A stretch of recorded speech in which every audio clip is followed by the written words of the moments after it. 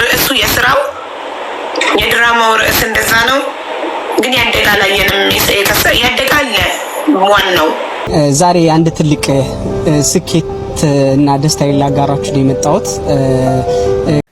ሰላም እንደምን አላችሁ? ዛሬም እንደተለመዱ በአዳዲስ መረጃዎች እናንተን ያስተምራሉ ያዝናናሉ ብዬ ያሰብኳቸውን ከተለያዩ ቦታዎች ቀንጨብጨብ አድርጌ መጥቻለሁ። መጀመሪያ ግን ለዚህ ቻናል አዲስ ከሆናችሁ ሰብስክራይብ ማድረግ እንዳይረሳ፣ እንዲሁም ቪዲዮ ለሁሉ ሰው እንዲዳረስ ሼር በማድረግ ወይ ደግሞ ላይክ በማድረግ ጀምሩ። ወደ ረቂቅ ላይም YBS ላይም ብር ያስገባችሁ ሰዎች ብዙ መልእክት እየላካችሁልኝ ነውና እኔ ከአመት በፊት ነበረ ረቂቅ ላይ ሰራሁት። ብሩ አጠርቀምቀም ስትል ይዘው ሊጠፉ ይችላሉ ብዬ ቪዲዮ ሰርቼ ነበረ እና የፈራነው አልቀረም፣ ያዋሽታ ሆኗል። ልጆች ዛሬ አንድ ትልቅ ስኬት እና ደስታ ላጋራችሁ ነው የመጣሁት ነው ከ3.6 ቢሊዮን ዶላር እስከ 5.4 ቢሊዮን ዶላር ገቢ የምታገኝበት ማለት አሁን እያገኘችሁ ካለው የዶላር ገቢ ተጨማሪ ነው። ይሄንን እያልኳቸው ያለሁት አሁን ኖርማል ከተለያየ ኤክስፖርት እና ከተለያዩ መሰረተ ልማቶች ከምታገኘው የውጭ ምንዛሬ አቅም ሌላ ተጨማሪ ከ3.6 እስከ 5.4 ቢሊዮን ዶላር ገቢ የምታገኝበትን ፕሮጀክቶች ሰርተን አበልጽገን ጨርሰናል። በድርጅታችን 888 ማርኬት ሶፍትዌር ሲስተም LLC ማለት ነው። ነገሩ እንዴት መሰላችሁ? እኔ የወልደ ጊዮርጊስ አድናቂ ነኝ። ወልደ ጊዮርጊስ ደግ አደረክ ነው። ምክንያቱም ሰውየው የመጣው አዲስ ነገር ይዞ አይደለም። ሰው በአዲስ ነገር ይበላል፣ ኖርማል ነው። አዲስ ሲስተም ሲመጣ ማንኛውም ሰው ይሸወዳል። ሰው ነው፣ ማንም አይሸወድ ሰው የለም። ይሄ እኔም አንደርስታንድ አደርጋለሁ። ማንኛውም ሰው በቃ ኦልሬዲ ተሸውጃለሁ ቀጣይ እማራለሁ ይላል።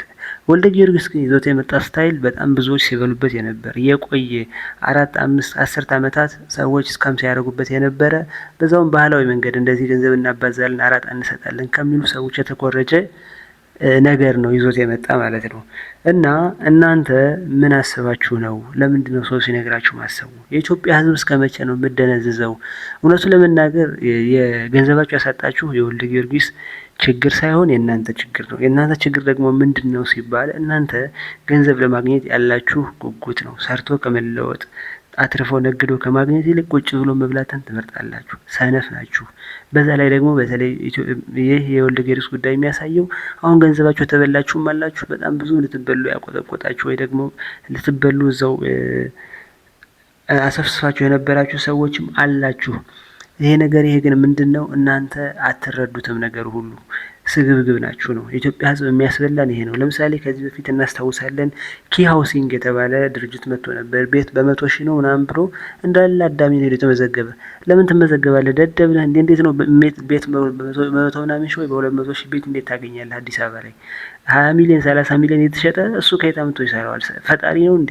ይሄ ነገር ሊያደርግ የሚችለው እግዚአብሔር ብቻ ነው። ቤት በነፃ ካረገ ሊያደርገው የሚችለው እንጂ የሰው ልጅ 20 ሚሊዮን 30 ሚሊዮን የሚያወጣ ቤት አንድ ቤት ዋጋ ቢያንስ እንኳን አሁን እኮ አንድ ስቱዲዮ ምናምን እንኳን 4 ሚሊዮን 3 ሚሊዮን ነው የሚሸጠው በሰዓቱ። በዛ በሚሸጥበት ዋጋ እናንተ እንዴት ቤት በ150,000 በ200,000 አገኛለሁ ብለህ አንተ በገንዘብህ ለምን ትበላለህ?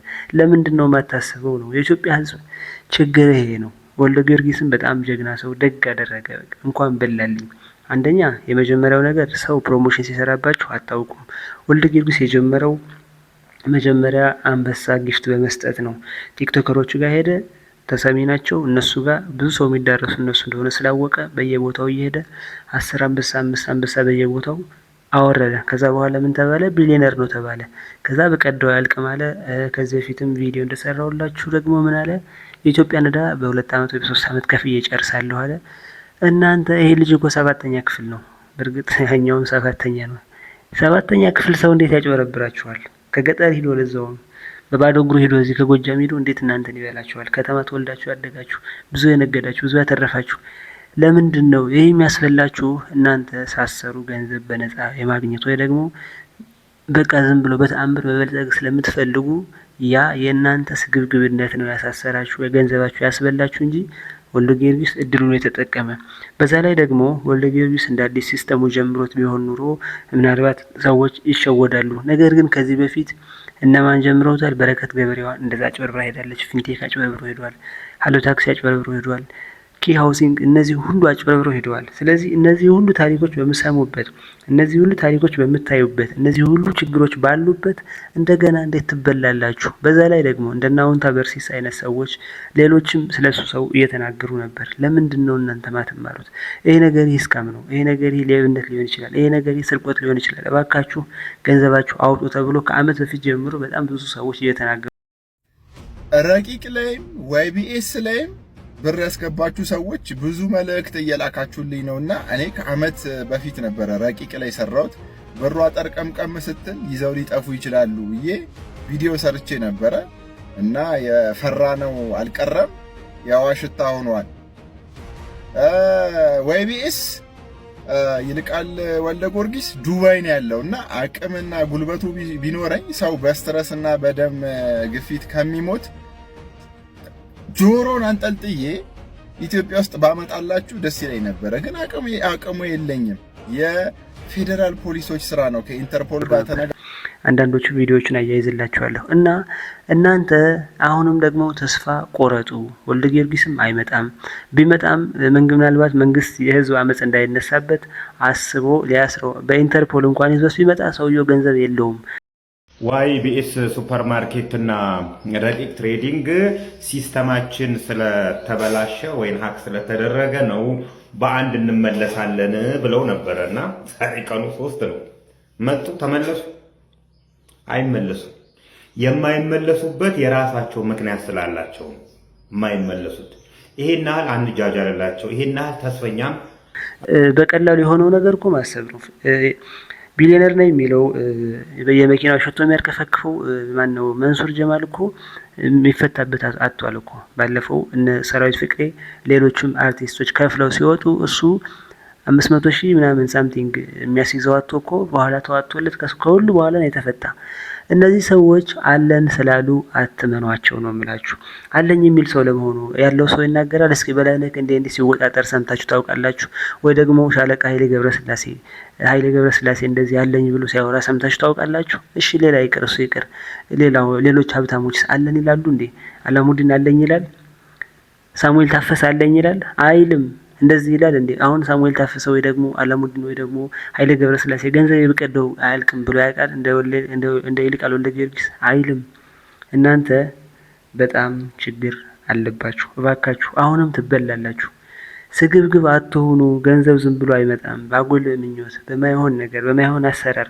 ወልደ ጊዮርጊስ ባለፈውም ሙስሊሙ ሰውዬ ከቱርክ ዘይት አስመጣለሁ ብሎ ክዶታል ሰውዬው። ከዛ እንኳን መማር አትችሉም እንዴ? 600,000 ነው የሰጠው። ያ ቲክቶክ ላይ እየተወራ ነበር በሀቢባ በኩል ማለት ነው። እና 600,000 ብቻ ነው የሰጠው ሰውዬውን ማለት ነው። ስለዚህ በጣም ብዙ ሚሊዮን 13 ሚሊዮን ወይ 20 ሚሊዮን አትርፎ 600,000 ነው። እንዲህ አይነት ሰው እናንተ ገንዘብ ይመልሳላችሁ ታስባላችሁ? በዛውም ዘይቱን ደግሞ በርካሽ ለአዲስ አበባ ህዝብ አስረክባለሁ ብሎ ነበር። ግን እንደማንኛውም ነጋዴ ገብቶ በብላክ መርካቶ ነው ወስዶ የሸጠው። ይሄ ሁሉ አትሰሙም ነው ችግራችሁ። ምሰሙ ሰዎች አይደላችሁም። አሁንም ትበላላችሁ። አሁን የወልደ ጊዮርጊስ ጉዳይ ምንም ገንዘብ የምታገኙት የለም። እውነት ነው ከ500 ሚሊዮን ወይ ደግሞ ከግማሽ ቢሊዮን በላይ ገንዘብ ወስዷል ሰውየው። ዱባይ እየኖረ ነው፣ ተረጋግቶ እየኖረ ነው። ምንም ሊደረግ አይችልም። የሰውዬ ያውቃል። በገንዘብ ሲከሰስ ደግሞ ብዙዎቻችሁ የህግ ባለሙያም ካላችሁ የገንዘብ ክስ ከሆነ ኢፍታ ብሔር ነው፣ ሰርቶ ይክፈል ነው የሚባል። ሰርቼ እከፍላለሁ ይላችኋል። ምንም የሚሰጣችሁ ነገር የለም። ምንም የምታገኙት ነገር የለም። ተበልታችኋል። በቃ አለቀ። ይሄ እመኑ። ተስፋ አታርጉ። አሁን ባለፈው በአንድ እመጣለሁ ብሎ ነበር፣ አልመጣም። ባለፈውም ከተወሰነ ቀን በኋላ ብሎ ነበር፣ ሐምሌ 23 አልመጣም። ይኸው ሐምሌ 23 እስካሁን ነሐሴ ስንት ነው? ነሐሴ 3 ነው። ከትናንት ወዲያ ምናምን በአንድ ባንክ ሲስተም አስቸግሮ ነው በአንድ እንጀምራለን ብሎ ነበር። የታለ በአንድ? አሁን እኮ 3 4 ነው ዛሬ። የለም፣ አይመጣም። የተበላ ተበልቷል። ስለዚህ ያጣፍጥልህ በሉት፣ መርቁት፣ ጤና እድሜ ይሁነው። በቃ ይመቸው። ደደብ ስለሆናችሁ ይመቸው። ስለዚህ ሁሉ ጊዜ እንደዚህ አትሁኑ፣ ዝም ብላችሁ አትታለሉ ስንል በምክንያት ነው። ለዛሬ ያለኝ መልእክት ይሄ ነው። ሀሳብ አስተያየታችሁ አስቀምጡ። ሌላ ሌባም ይሄ ነገር ለብዙ ሰው እንዲዳረስም ሸር አድርጉ።